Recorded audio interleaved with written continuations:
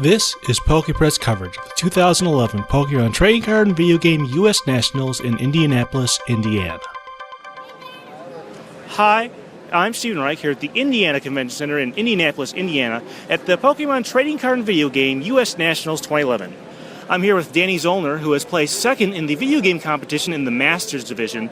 And Danny, we want to talk a little bit about your team. Now, you did pick out a few of the fairly standard Pokemon that have been seen a lot, but you also picked a few less commonly used ones.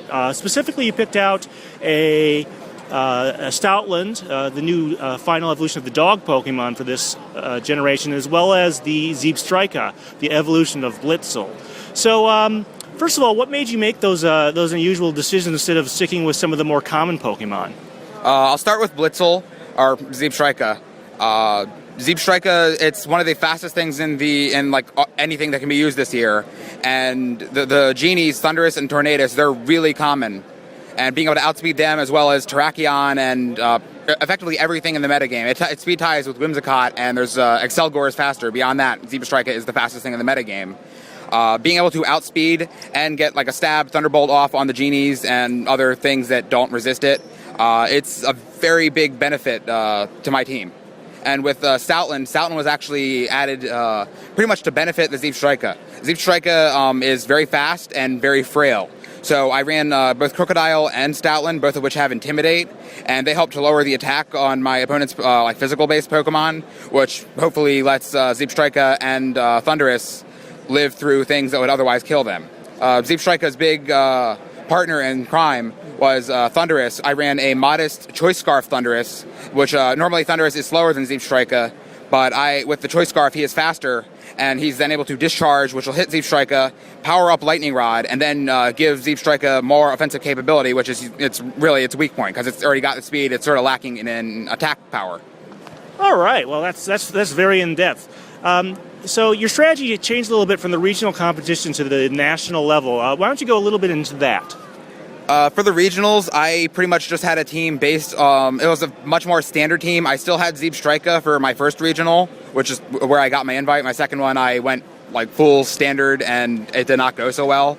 And most of the people that did well this year did not do the really standard stuff solely, just because it comes down to so many speed ties, and it's just so much that's out of your control.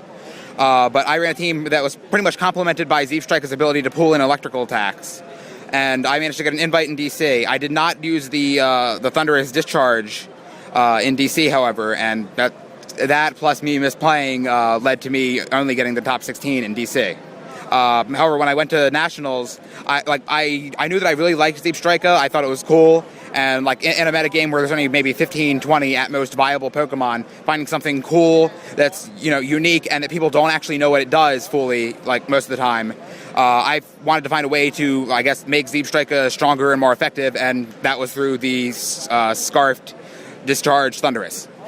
All right, and I wanted to talk about one of the new additions in Black and White. Now, one thing you can do is there's this new held item set called the Power Gems, and there's one for each type, and it lets you power up one of your moves. It gets an extra boost the first time you use that move, a move of that type.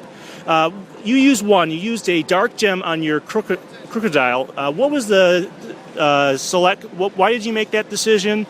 And what do you think of the gems overall? Overall, I'm really mixed on whether or not the gems are a healthy addition to the game. That being said, they're here. You might as well get used to them. The Crocodile's Dark Gem, that was specifically added because I knew that my team had a Trick Room weakness, as was clearly indicated in the finals. And pretty much every common Trick Room user is either a Ghost type or a Psychic type, which is weak to, dark moves such as Crunch. So powering up Crunch lets Crocodile one-hit KO some of the Trick Room users, and in addition to Helping Hand from Musharna, even the things that would not be one-hit KO'd with the Dark Gem Crunch would definitely fall over to Helping Hand Dark Gem Crunch, which gets two 50% boosts. It's effectively a Swords Dance. All right, well, thank you very much, Danny. This has been Stephen Reich at the Indiana Convention Center in Indianapolis, Indiana, at the Pokemon Trading Card and Video Game U.S. National Championships 2011. This has been a PokePress Special Report.